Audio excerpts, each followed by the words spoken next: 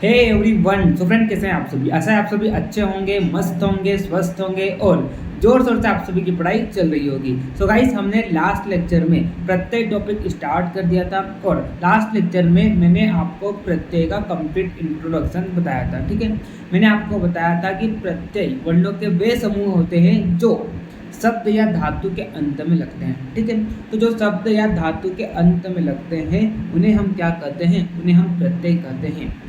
मुख्यतः प्रत्यय जो होते हैं कितने प्रकार के होते हैं? दो प्रकार के होते हैं। एक तो आपका कृत प्रत्यय और दूसरा हमने क्या देखा था? तद्धित प्रत्यय। ठीक है, कृत प्रत्यय की बात करते हैं तो कृत प्रत्यय वे प्रत्यय होते हैं जो धातु के अंत में लगते हैं। ठीक है, और तद्धित प्रत्यय की बात करते हैं तो तद्धित प्रत्यय वे प्रत्यय होते हैं जो शब्द के अंत में लगते हैं।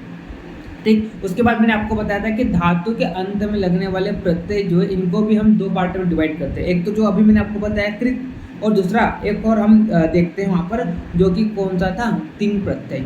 ठीक है, और आपसे अक्सर पूछा जाता है कि तिंग प्रत्यय जो होता है उसकी कितनी संख्या होती है? तो तिंग प्रत्यय जो होते हैं वो टोटल कितने होते हैं? 18 प्रत्यय होते हैं। तो मैंने आपको बताया था कि इसकी संख्या आपको याद कर लेनी है। ठीक है, तो आपका कृत प्रत्यय और तिंग प्रत्यय ये दोनों प्रत्यय जो होते हैं किसके अंत में लगते हैं? धातु के अंत में लगते हैं। ठीक, उसके बाद हमने क्या देखा था? उसके बाद हमने सुप प्रत्यय देखा था, स्त्री प्रत्यय देखा था और तद्धित प्रत्यय देखा था। ठीक है, तो ये तीन प्रत्यय जो होते हैं किसके अंत में लगते हैं? शब्द के अंत में लगते हैं। ठीक है, सुप प्रत्यय की टोटल संख्या कितनी होती है? 21 होती है। ठीक, अगर आपसे कोई पूछे कि कृत प्रत्यय की टोटल संख्या कितनी होती है तो उसकी कोई फिक्स वैल्यू नहीं है। यहाँ पर जो फिक्स वैल्यू बताई है वो किसकी बताई है? तिंग प्रत्यय की, जो कि कितने होते हैं? 18 होते हैं, और सुप प्रत्यय की जो कि कितने होते हैं? 21 होते हैं। ठीक है, तो इस तरह से मैंने आपको लास्ट लेक्चर में प्रत्यय का इंट्रोडक्शन दिया था। ठीक है, नाउ आज के इस लेक्चर में हम 1 बाय 1 एक एक प्रत्यय को पढ़ना स्टार्ट करेंगे। ठीक है, तो आज तो मैं आपको 3 प्रत्यय पढ़ाऊंगा। पहला मैं आपको कौन सा पढ़ाऊंगा? अक्त्वा प्रत्यय पढ़ाऊंगा। ठीक है, दूसरा मैं आपको ल्यप प्रत्यय पढ़ाऊंगा और तीसरा मैं आपको तुमुन प्रत्यय पढ़ाऊंगा। मतलब आज के इस लेक्चर में मैं आपको वे प्रत्यय पढ़ाने वाला हूँ जो प्रत्यय लगने के बाद, मान लो किसी धातु है, धातु के साथ ये 3 प्रत्यय लगेंगे। ठीक है, तो यहाँ पर जो पद बनेगा, प्रत्यांत पद जो बनेगा वो कैसा पद रहेगा? अव्ययी पद रहेगा। ठीक है, तो आज तो मैं आपको वे प्रत्यय पढ़ाने वाला हूँ कि प्रत्यय लग जाने के बाद, किसी धातु के साथ प्रत्यय लग जाने के बाद जो प्रत्यय शब्द बनेगा वो कैसा रहेगा? अव्ययी पद रहेगा, मतलब जिसका कोई रूप नहीं चलेगा। ठीक है, तो उसको आप चाहे स्त्रीलिंग के साथ लगाओ, चाहे आप पुल्लिंग के साथ लगाओ। ठीक है, तो वो वैसा का वैसा रहेगा। ठीक है, तो हम डिटेल में सारी चीज़ों को हम आगे देखेंगे।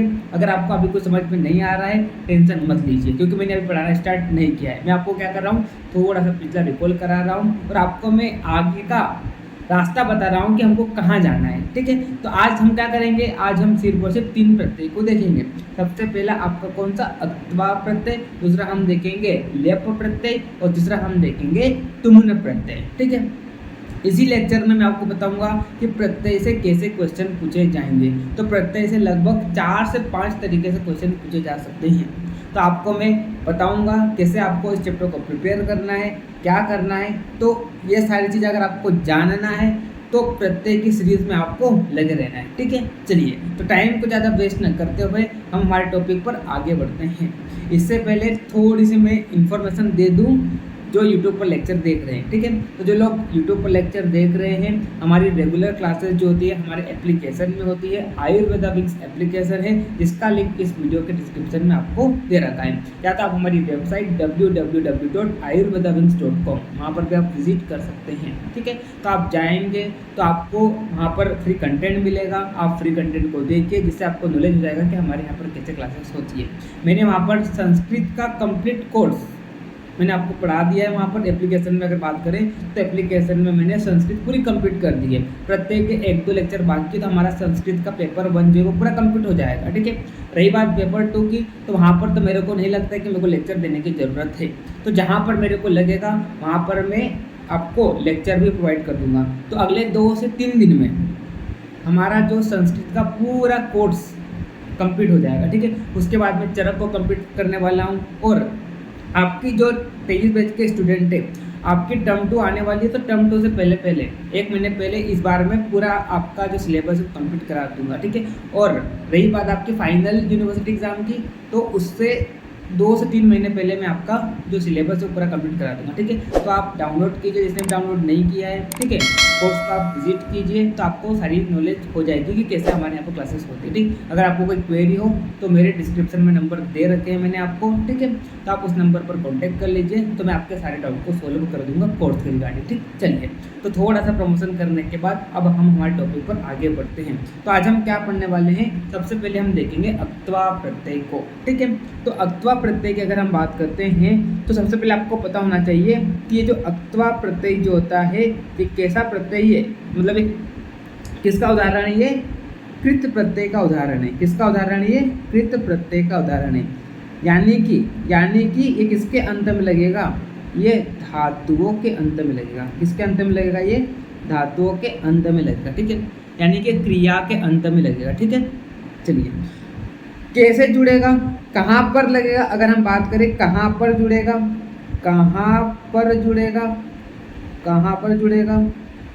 ठीक है। तो आपको अक्त्वा प्रत्यय कहाँ पर लगाना है, तो देखिए, मान लो एक करता हो, ठीक है, एक करता हो और वो क्या कर रहा हो, 2 क्रियाएं कर रहा हो, ठीक है, एक करता हो 2 क्रियाएं कर रहा हो, जिसमें से एक क्रिया समाप्त हो जाती है और दूसरी क्रिया करने वाला होता है, ठीक। मैंने क्या बोला, अक्त्वा प्रत्यय कहाँ पर लगता है, कहाँ पर जुड़ता है अक्त्वा प्रत्यय, तो अक्त्वा प्रत्यय आपको कब लगाना है, जब मान लो एक करता हो और वो क्या कर रहा है, 2 क्रियाएं कर रहा है, ठीक है। तो एक क्रिया उसने क्या कर दी है, समाप्त कर दी है और दूसरी क्रिया को करने वाला है। तो जो समाप्ति वाली क्रिया है, जो क्रिया उसने समाप्त कर दी है, उसमें आपको कौन सा प्रत्यय लगाना है, उसमें आपको अक्त्वा प्रत्यय लगाना है, ठीक है।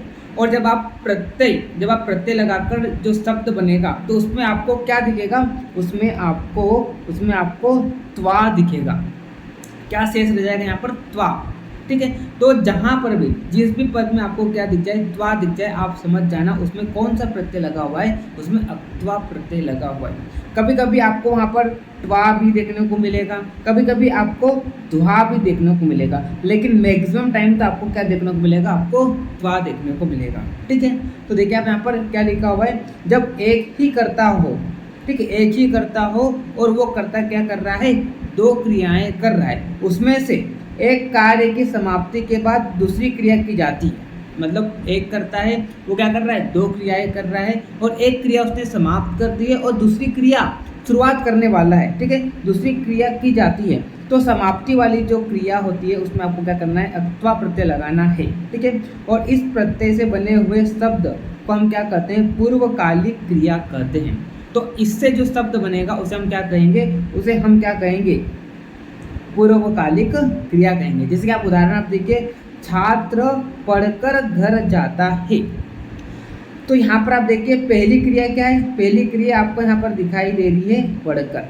दूसरी क्रिया आपको क्या दिखाई दे रही है, दूसरी क्रिया आपको दिखाई दे रही है जाता है। तो यहाँ पर कौन सी क्रिया समाप्त कर दी है छात्र ने, छात्र यहाँ पर क्या है, छात्र यहाँ पर करता है। और ये करता कैसा, एक करता यहाँ पर आपको दिखाई दे रहा है, ठीक है। तो जब एक करता हो और उसने क्या कर दी है, एक क्रिया को समाप्त कर दी है और दूसरी क्रिया को करने वाला है, तो जो समाप्ति वाली क्रिया है, तो बताइए मेरे को यहाँ पर उसने कौन सी क्रिया समाप्त कर दी है, तो पढ़ने की क्रिया जो है उसने क्या कर दी है, समाप्त कर दी है। तो समाप्ति वाली क्रिया में आपको क्या कर देना है, अक्त्वा प्रत्यय लगा देना है, ठीक है। तो पढ़कर यहाँ पर कौन सी धातु है, यहाँ पर पट धातु है। तो इसमें आपको क्या कर देना है, क्योंकि इसने ये क्रिया को समाप्त कर दी है, ठीक है। तो यहाँ पर आपको करना है, अक्त्वा प्रत्यय लगाना है। तो यहाँ पर आप जब क्या करेंगे, मान लो यहाँ पर करता हूँ मैं, पट धातु है ना, ये क्रिया उसने क्या कर दी है, समाप्त कर दी है। तो समाप्ति वाली क्रिया में कौन सा प्रत्यय लगेगा, आपका अक्त्वा प्रत्यय लगेगा। यहाँ पर आपको क्या कर देना है, अक्त्वा प्रत्यय लगाना है, अक्त्वा प्रत्यय लगाना है। यहाँ पर क्या बन जाएगा, जो शब्द बनेगा वो क्या बनेगा, पठित्वा बनेगा। तो देखिए आप यहाँ पर आपको क्या दिखाई दे रहा है, त्वा दिखाई दे रहा है, ठीक है। क्योंकि यहाँ पर त्वा दिखाई दिया, आप समझ जाना यहाँ पर कौन सा प्रत्यय लगा हुआ है, यहाँ पर अक्त्वा प्रत्यय लगा हुआ है, ठीक है। तो ये जो शब्द बना है, इस शब्द को हम क्या कहते हैं, पूर्वकालिक क्रिया भी कहते हैं, पूर्वकालिक पूर्वकालिक क्रिया भी कहते हैं। ठीक है, तो देखिए यहाँ पर वही चीज़ यहाँ पर लिखी हुई है कि इस प्रत्यय से बने हुए शब्दों को क्या कहते हैं, पूर्वकालिक क्रिया भी कहते हैं। ठीक है, तो मैंने आपको क्या बोला, एक कर्ता हो और वो क्या कर रहा है, दो क्रियाएं कर रहा है, जिसमें से एक क्रिया उसने क्या कर दी है, समाप्त कर दी है। तो समाप्त जो क्रिया करी है उसमें आपको क्या करना है, अक्त्वा प्रत्यय लगाना है। ठीक है, और आपको क्या करना है, शब्द को बनाना है। ठीक है, तो आप देखिए यहाँ पर छात्र पठित्वा ग्रहम गच्छति, तो यहाँ पर आपको एक क्रिया क्या दिखाई दी, एक क्रिया आपको पढ़ने की दिखाई दी, दूसरी क्रिया आपको जाने की क्रिया दिखाई दी। ठीक है, तो पढ़ने की क्रिया समाप्त करने के बाद छात्र जो होता है कहाँ पर जाता है, घर को जाता है। ठीक है, तो यहाँ पर हमने क्या बोला कि जो क्रिया समाप्त कर दी, तो पढ़ने की क्रिया समाप्त कर दी है, तो यहाँ पर हमने क्या लगा दिया, अक्त्वा प्रत्यय लगा दिया। तो क्या बन गया, ये पठित्वा बन गया। छात्र पठित्वा कहाँ पर जाता है, पढ़ने के बाद घर को जाता है, तो घर में क्या लग गया, घर में द्वितीय विभक्ति लग गई और गच्छति हो गया। ठीक है, तो यहाँ पर हमने क्या देखा, यहाँ पर हमने ये देखा अक्त्वा प्रत्यय कब लगेगा, जब एक कर्ता दो क्रियाएं करता है और एक क्रिया उसने समाप्त कर दी है, समाप्त करने के बाद दूसरी क्रिया करने वाला होता है, तो जो समाप्ति वाली क्रिया होती है वहाँ पर आपको क्या करना है, अक्त्वा प्रत्यय लगाना है। ठीक है, ये चीज़ आपको पता होना चाहिए कि अक्त्वा प्रत्यय का प्रयोग कब किया जाता है। तो एक तो यही क्वेश्चन पूछेगा। ठीक है, अब आपको क्वेश्चन भी बता देता हूँ किस तरह से क्वेश्चन पूछता है। ठीक है, तो पहला क्वेश्चन तो आपको मान लो, पहला क्वेश्चन आपसे इस तरह से पूछेगा। ठीक है, ये जो अक्त्वा प्रत्यय है इसके अलावा मान लो और भी प्रत्यय दे दिया, मान लो आपको लेप प्रत्यय दे दिया। ठीक है, मान लो आपको तुमुन प्रत्यय दे दिया, तो इनका कहाँ पर प्रयोग किया जाता है, तो इनका कहाँ पर प्रयोग किया जाता है, जैसे कि मैंने आपको बताया अक्त्वा प्रत्यय जो होता है इनका कहाँ पर प्रयोग किया जाता है, एक कर्ता जब दो क्रियाएं करता है तो जो क्रिया उसने समाप्त कर दी उसमें आपको क्या करना है, अक्त्वा प्रत्यय लगाना है। ठीक है, तो एक तरीका ये हो गया क्वेश्चन पूछने का। ठीक है, उसके अलावा दूसरा तरीका क्या होगा, दूसरा तरीका ये होगा कि मान लो आपको शब्द दे देगा, जैसे कि आप यहाँ पर देखिए, आप कुछ उदाहरण देखिए, उसके बाद मैं आपको बताऊँगा। ठीक है, अब अक्त्वा प्रत्यय का हम पहले कुछ उदाहरण देखते हैं। तो देखिए यहाँ पर देखिए यहाँ पर आपको सारी क्या दिखाई दे रही है, धातु दिखाई दे रही है, क्योंकि अक्त्वा प्रत्यय जो होता है किसका उदाहरण होता है, कृत प्रत्यय का होता है। ठीक है, तो कृत प्रत्यय वे प्रत्यय होते हैं जो धातु के अंत में जुड़ते हैं। तो आपको यहाँ पर सारी क्या दिखाई दे रही है, धातु दिखाई दे रही है ना, आपको यहाँ पर सारी धातुएं दिखाई दे रही है। देखिए यहाँ पर क्री धातु है, यहाँ पर दा धातु, यहाँ पर पा धातु, यहाँ पर गम, यहाँ पर हस, यहाँ पर जी, यहाँ पर स्था है ना, यहाँ पर ज्ञा, यहाँ पर दृश्य, यहाँ पर पट, यहाँ पर लब, यहाँ पर त्यज, यहाँ पर कथ, यहाँ पर पृच्छ, यहाँ पर आपको गृह। ठीक है, तो ये सारी आपको क्या दिखाई दे रही है, धातुएं दिखाई दे रही है। तो कोई भी धातु है वहाँ पर क्या लग जाएगा, आपका अक्त्वा प्रत्यय लग जाएगा। ठीक है, क्योंकि अक्त्वा प्रत्यय जो होता है वो धातुओं के अंत में ही लगता है। ठीक है, तो देखिए आप यहाँ पर आपने क्या कर दिया, इन धातुओं के पीछे अक्त्वा प्रत्यय लगा दिया। ठीक है, तो सबसे पहले आपने क्या देखा, यहाँ पर धातु के अंत में प्रत्यय लगा, कौन सा, अक्त्वा प्रत्यय। ठीक है, तो यहाँ पर जो शब्द बनेगा, तो देखिए आप क्री धातु में अगर आप क्या करते हैं, अक्त्वा प्रत्यय जोड़ते हैं तो क्या बनता है, कृत्वा बनता है, जिसका अर्थ क्या होता है, करके।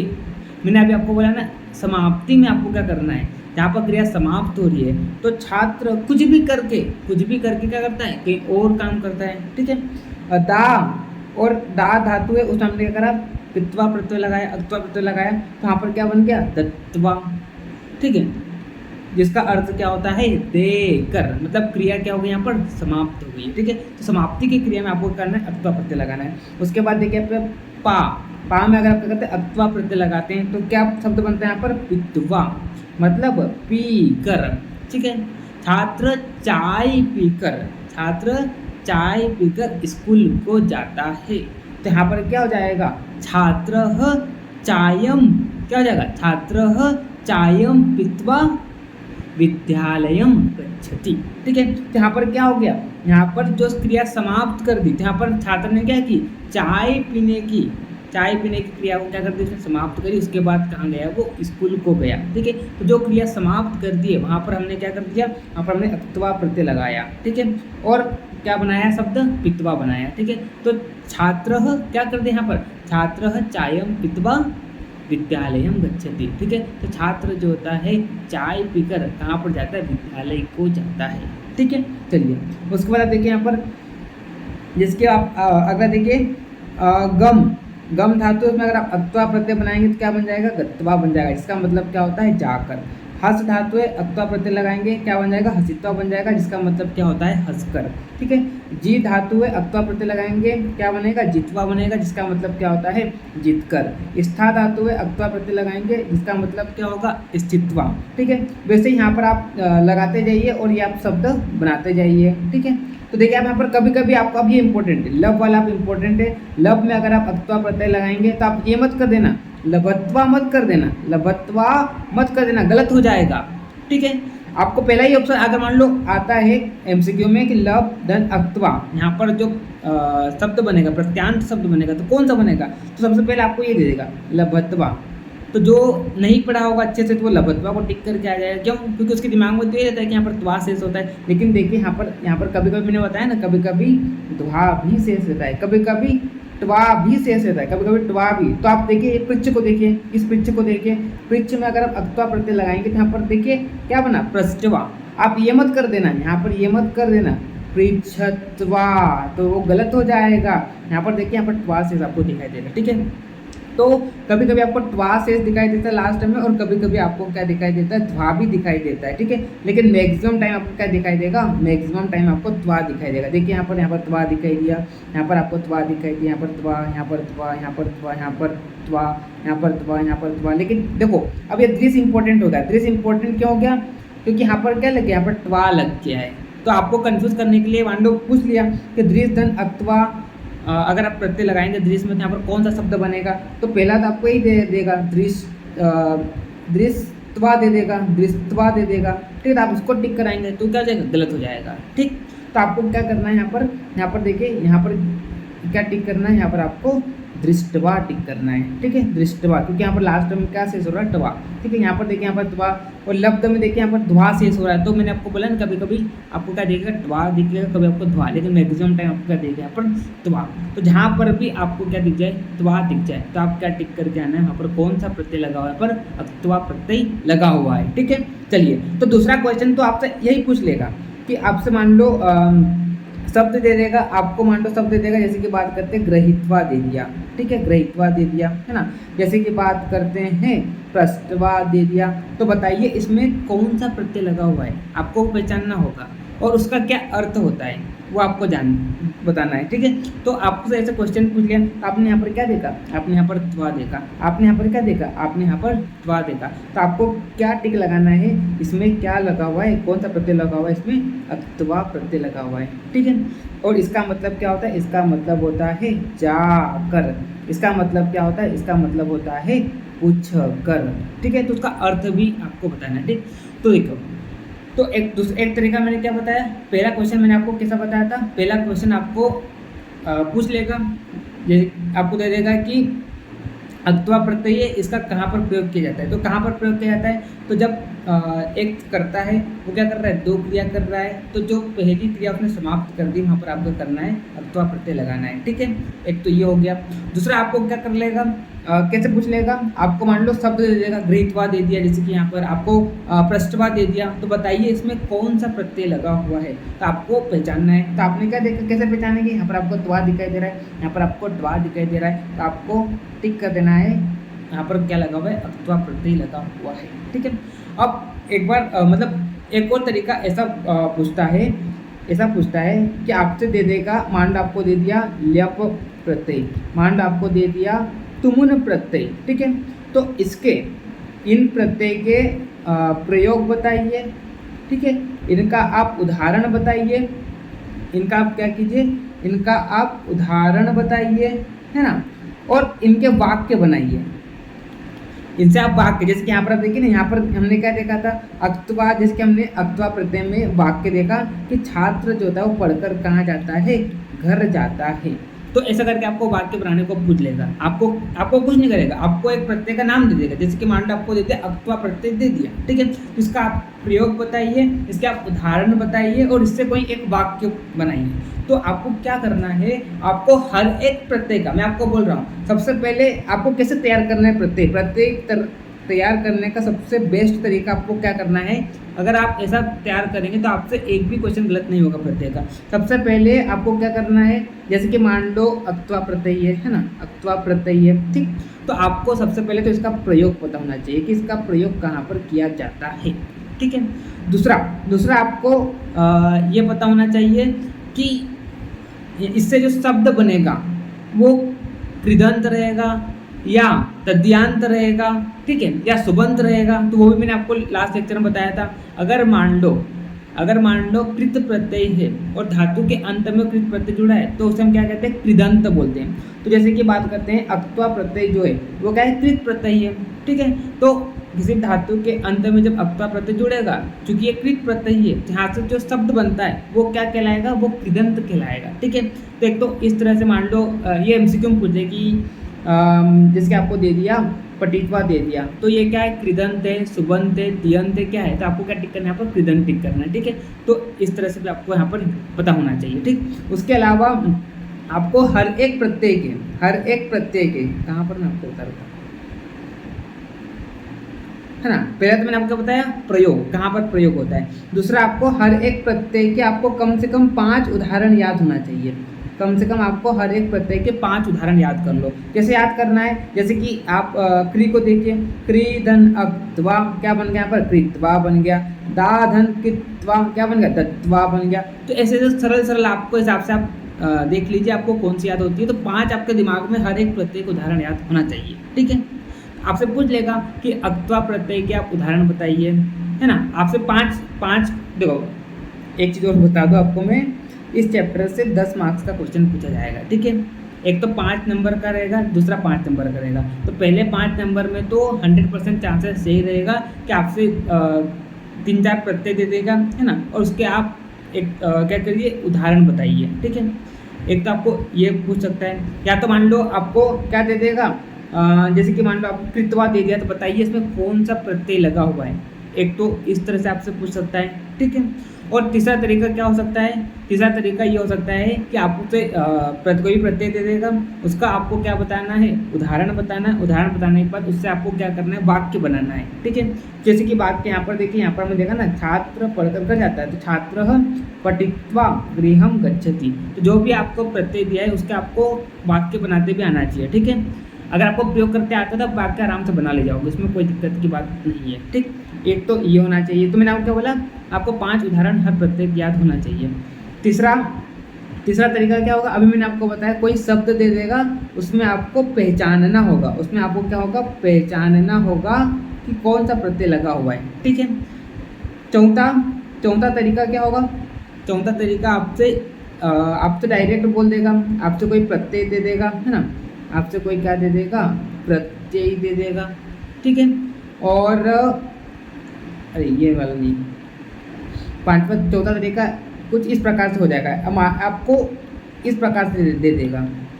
जैसे कि बात करते हैं, दा दे दिया, है ना, और अक्त्वा दे दिया, तो बताइए इससे कौन सा शब्द बनेगा।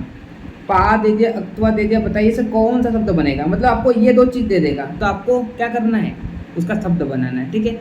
एक तो ये तरीका भी है पूछने का।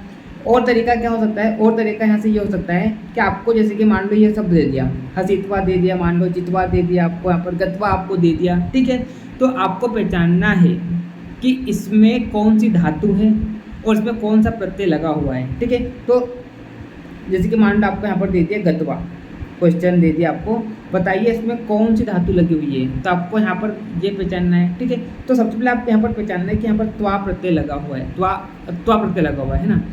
तो अक्त्वा प्रत्यय कब लगाते हैं, जब कोई क्रिया क्या होती है, समाप्त हो जाती है। तो यहाँ पर क्या हो रहा है, अगत्वा का अगर आप शब्द निकालेंगे, इसका मतलब क्या होता है, जाकर, ठीक है। तो यहाँ पर आप समझ जाना, यहाँ पर गम धातु लगी हुई है, ठीक है। तो एक तो ये तरीका भी पूछ सकता है, पहले आपको शब्द दे देगा, आपको पहचानना होगा कौन सा प्रत्यय है और इसमें कौन सी धातु लगी हुई है, ठीक है। तो ये भी पूछ सकता है, ठीक है। तो कई तरीके होते हैं प्रत्यय से पूछने के। तो आपको क्या करना है, आपको हर एक प्रत्यय का प्रयोग पता होना चाहिए, है ना। हर एक प्रत्यय के कम से कम 5 उदाहरण आपको पता होना चाहिए, ठीक है। मतलब रटे हुए होना चाहिए, 5 उदाहरण तो रटे हुए होना चाहिए। क्वेश्चन पूछता है कि इस प्रत्यय के उदाहरण सहित आप एक वाक्य बनाइए, ठीक है। तो आपको सबसे पहले उदाहरण देना है, उसका कोई वाक्य बनाना है। तो ऐसा क्वेश्चन पूछता है, मैं आपको बार बार बोल रहा हूँ, है ना। 3 से 4 मिनट में आपको यही बताना है कि कैसे क्वेश्चन पूछता है, क्योंकि जब तक ये नहीं पता होगा कैसे क्वेश्चन पूछता है तो मज़ा नहीं आएगा पढ़ने में, ठीक है। अगर आप पढ़ के चले भी जाओगे ना तो फिर बनेंगे नहीं आपसे क्वेश्चन। तो आपको सबसे पहले ये पता होना चाहिए कि कैसे क्वेश्चन पूछता है, ठीक। तो मैंने आपको क्या बताया, फिर से मैं रिपीट कर रहा हूँ। सबसे पहले आपको प्रत्यय का प्रयोग पता होना चाहिए। जैसे कि हमने अक्त्वा प्रत्यय पढ़ा, तो यहाँ पर प्रयोग हमने क्या देखा कि जब एक करता है, दो क्रिया करता है, तो जो क्रिया समाप्त हो गई वहाँ पर आपको क्या करना है, वहाँ पर आपको अक्त्वा प्रत्यय लगाना है, ठीक है। इसका प्रयोग पता होना चाहिए, कहाँ पर प्रयोग किया जाता है। हर एक प्रत्यय के उदाहरण, कम से कम 5 उदाहरण आपको रट लेना है, ठीक है। क्योंकि क्वेश्चन पूछेगा भाई, अक्त्वा प्रत्यय दे देगा, इसका आप उदाहरण बताइए, तो आप उदाहरण आपको पता तो होना चाहिए, ठीक है। तो धातु मतलब धातु और प्रत्यय लगाने के बाद क्या शब्द बनेगा, ये तीनों चीज़ आपको पता होना चाहिए, ठीक, उदाहरण में। उसके बाद तीसरा आपसे शब्द ही दे देगा, है ना, मतलब प्रत्यय बनकर जो शब्द बनता है वही शब्द दे देगा। आपसे पूछ लेगा कि बताइए इसमें कौन सी धातु और कौन सा प्रत्यय लगा हुआ है, ठीक। तो एक तो ये तरीका पूछ सकता है, ठीक है। तो कई तरीके होते हैं क्वेश्चन पूछने के, ठीक है। चलिए उसके बाद ठीक, और बाकी सब आप देख लेना, जो मैंने आपको दिया है ना, जो मैंने आपको यहाँ पर एग्जाम्पल दिए, उदाहरण दिए, तो उनको एक बार रीडिंग तो भी मार लेना, ठीक है। क्योंकि आपसे इस तरह से पूछ सकता है कि हर्ष दे दिया आपको, कृत्वा दे दिया, तो बताइए यहाँ पर कौन सा शब्द बनेगा, ठीक। तो वो भी आपको पता होना चाहिए, ठीक। चलिए और एक चीज़ और आपको बता दूँ कि अक्त्वा प्रत्यय में, है ना, अक्त्वा प्रत्यय बनने के बाद जो शब्द बनता है वो क्या होता है, अव्ययी होता है। मतलब ना तो उसका लिंग में रूप चलेगा, ना वचन में रूप चलेगा, मतलब कहीं में भी उसका रूप नहीं चलेगा, ठीक है।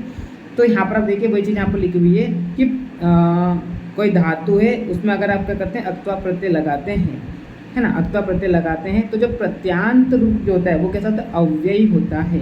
यानी कि यहाँ पर ये जो कृत्वा बना है ना, यहाँ पर दत्वा बना है, पित्वा बना है, गत्वा बना है, ये सब क्या है, ये अव्ययी पद है ना।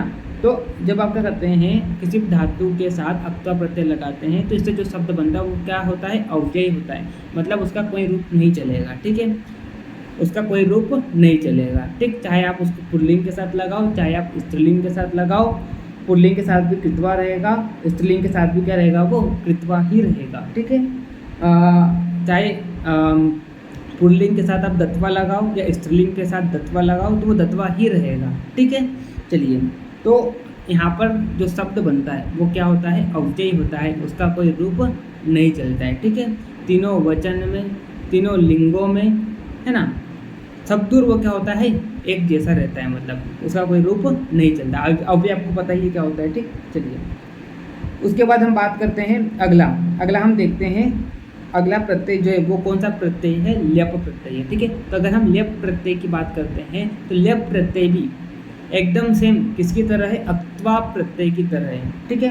ल्यप प्रत्यय भी एकदम सेम किसकी तरह है, अक्त्वा प्रत्यय की तरह है, ठीक है। जैसे कि हमने अक्त्वा प्रत्यय में क्या देखा था कि एक क्रिया जब समाप्त हो जाती है, ठीक है, और दूसरी क्रिया स्टार्ट होती है, तो जो समाप्त कर दिए कर्ता ने जो क्रिया को क्या करती है, समाप्त कर दी, तो उसमें आपको क्या करना है, अक्त्वा प्रत्यय लगाना है। तो ठीक उसी प्रकार से ल्यप प्रत्यय में भी क्या होगा, ल्यप प्रत्यय में भी वही अर्थ है, मतलब प्रयोग तो वही सेम चीज़ पर किया जाता है कि मान लो एक कर्ता है, वो दो क्रिया कर रहा है, तो वहाँ पर जो क्रिया उसने समाप्त कर दी है उसमें आपको क्या कर देना है, ल्यप प्रत्यय कर देना है। लेकिन अक्त्वा की जगह ल्यप प्रत्यय कब होगा, तो अक्त्वा की जगह ल्यप प्रत्यय तब होगा जैसे कि मान लो कोई धातु है ना, जैसे कि मान लो कोई क्या है धातु है, और इस धातु के आगे अगर आपको क्या दिख जाए, उपसर्ग दिख जाए, ठीक है, तो क्या होता है, ये जो अक्त्वा प्रत्यय होता है उसका क्या हो जाता है, उसका लेप आदेश हो जाता है। मतलब अक्त्वा की जगह यहाँ पर फिर क्या हो जाता है,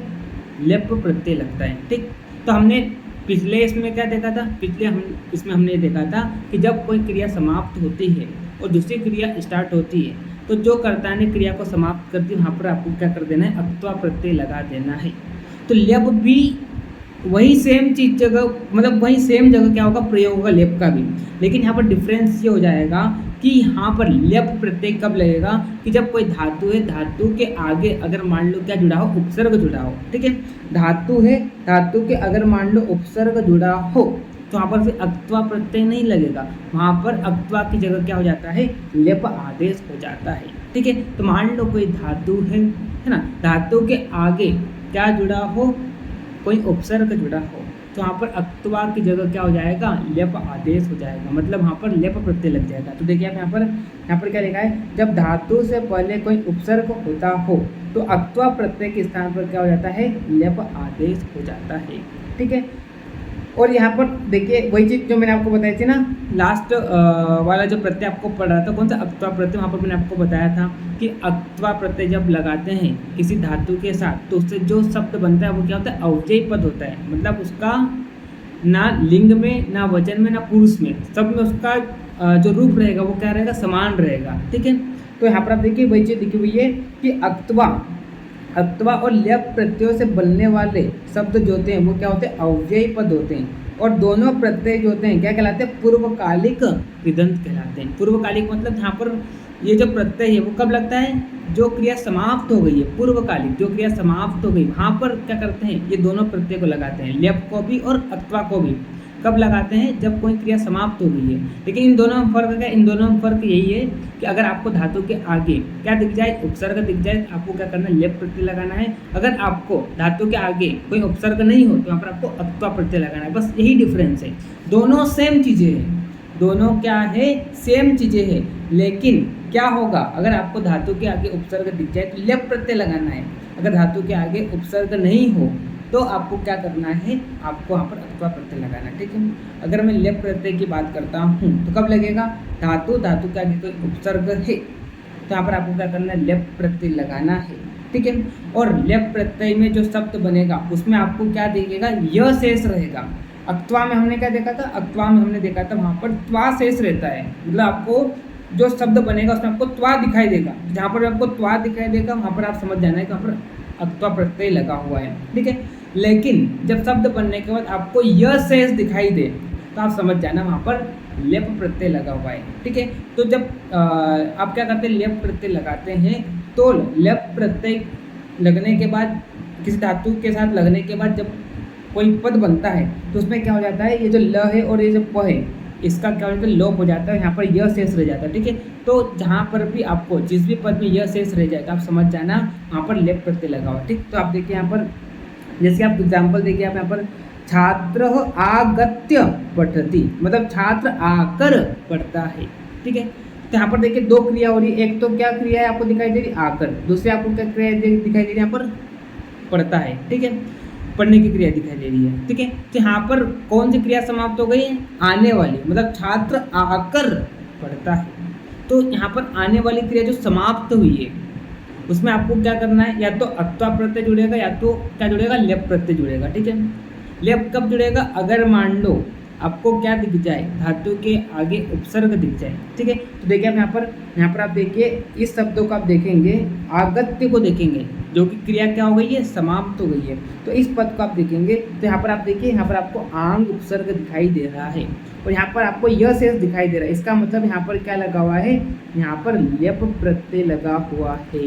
ठीक है, यहाँ पर क्या लगा हुआ है, लेप प्रत्यय लगा हुआ। ठीक है, तो जब आपको धातु के आगे क्या दिखे, उपसर्ग दिख जाए तो आपको यहाँ पर लेप प्रत्यय लगाना है, और लेप प्रत्यय में यह शेष रह जाता है लास्ट में। ठीक, देखिए आप यहाँ पर उदाहरणों को आप देखिए आप यहाँ पर देखिए आप, ये आपको क्या दिखाई दे रही है, ये आपको भू धातु दिखाई दे रही है, यहाँ पर आपको गम धातु दिखाई दे रही है, यहाँ पर आप, यहाँ पर ची, यहाँ पर नम, यहाँ पर दा, यहाँ पर हा।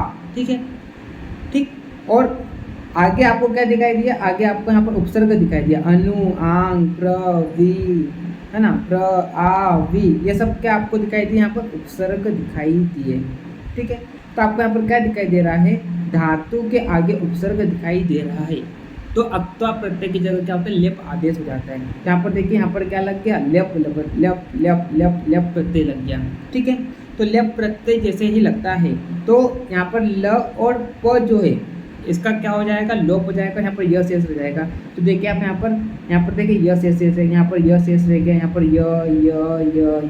य। ठीक है, मान लो आपको शब्द दे दें और उस शब्द में आपको क्या दिखाई दे, यह शेष दिखाई दे, और आगे आपको धातु क्या दिखाई दे, उपसर्ग दिखाई दे। देखिए यहाँ पर अनु दिखाई दिया, यहाँ पर आ दिखाई दिया, यहाँ पर प्र, यहाँ पर वी, यहाँ पर प्र, यहाँ पर आंग, यहाँ पर वी दिखाई दिया। ठीक है, तो इस तरह से अगर आपको कोई पद दिखाई दे तो आपको समझ जाना यहाँ पर लेप प्रत्यय लगा हुआ है। ठीक, तो मैंने आपको क्या बोला, मैंने आपको ये बोला कि जब एक कर्ता दो क्रियाएं करता है, ठीक है, तो जो समाप्ति वाली क्रिया होती है, अगर जो समाप्ति वाली क्रिया होती है तो वहाँ पर दो लग सकता है, एक तो आपका अक्तवा लग सकता है, दूसरा आपका क्या लग सकता है, दूसरा आपका लेप प्रत्यय लग सकता है। लेकिन डिफरेंस यहाँ पर ये रहेगा दोनों में, लेप प्रत्यय कब लगाना है, जब धातु के आगे आपको क्या दिख जाए, उपसर्ग दिख जाए। ठीक है, तो यहाँ पर देखिए, यहाँ पर धातु के आगे आपको क्या दिख गए, उपसर्ग दिख गए।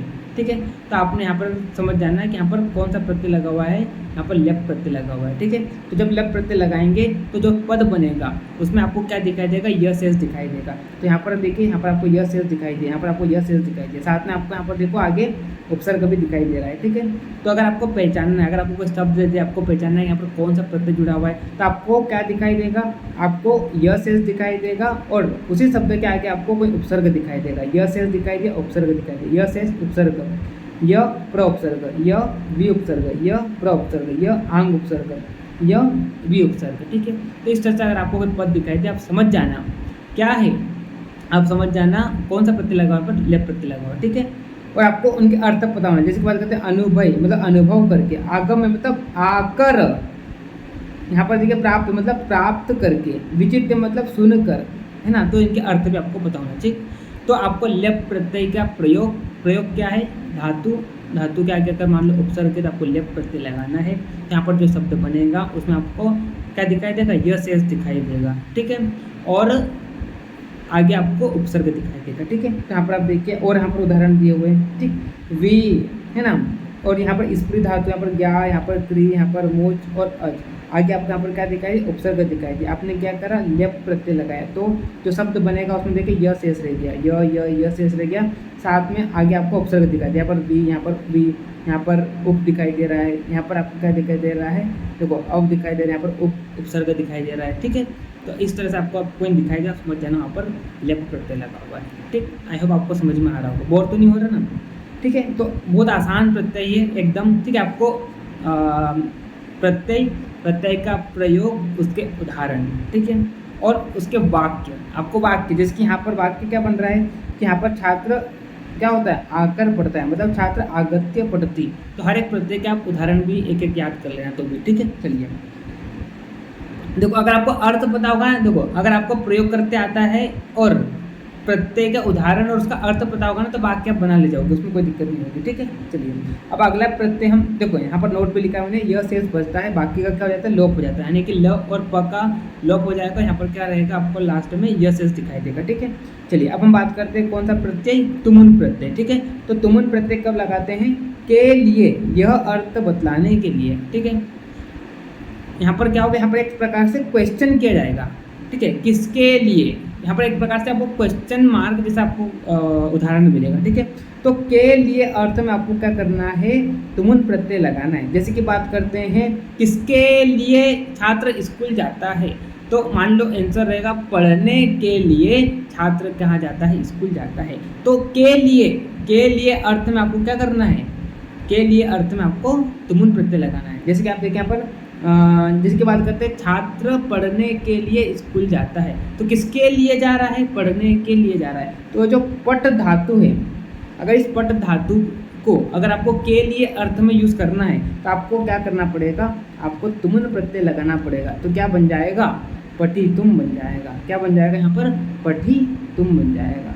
जैसे कि बात करते हैं जाने के लिए।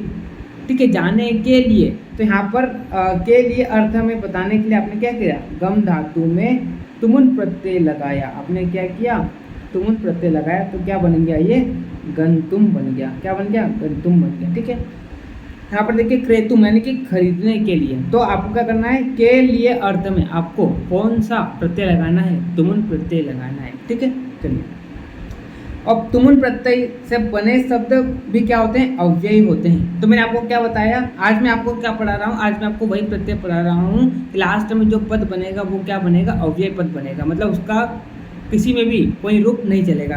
तो मैंने आपको क्या पढ़ाया, मैंने आपको सबसे पहले अक्त्वा प्रत्यय पढ़ाया, दूसरा मैंने आपको क्या पढ़ाया, दूसरा मैंने आपको लेप प्रत्यय पढ़ाया, और तीसरा मैं आपको क्या पढ़ा रहा हूँ, तीसरा मैं आपको तुमुन प्रत्यय पढ़ा रहा हूँ। ठीक है, तो इन तीनों प्रत्यय में लास्ट में जो पद बनेगा वो क्या रहेगा, वो अव्ययी पद रहेगा। ठीक है, मतलब यहाँ पर हम इसका रूप नहीं देखेंगे, ना स्त्रीलिंग में देखेंगे ना नपुंसकलिंग में देखेंगे। ठीक है, आगे हम जो पढ़ेंगे ना, आगे मैं आपको प्रत्यय पढ़ाऊंगा तो वहाँ पर मैं आपको स्त्रीलिंग में बताऊंगा क्या पद बनेगा, पुल्लिंग में बताऊंगा क्या पद बनेगा। ठीक है, लेकिन यहाँ पर हम वो चीज़ नहीं देख रहे हैं। क्यों नहीं देख रहे हैं? क्योंकि अव्ययी पद जो होते हैं उनका तो कहीं रूप चलता नहीं है।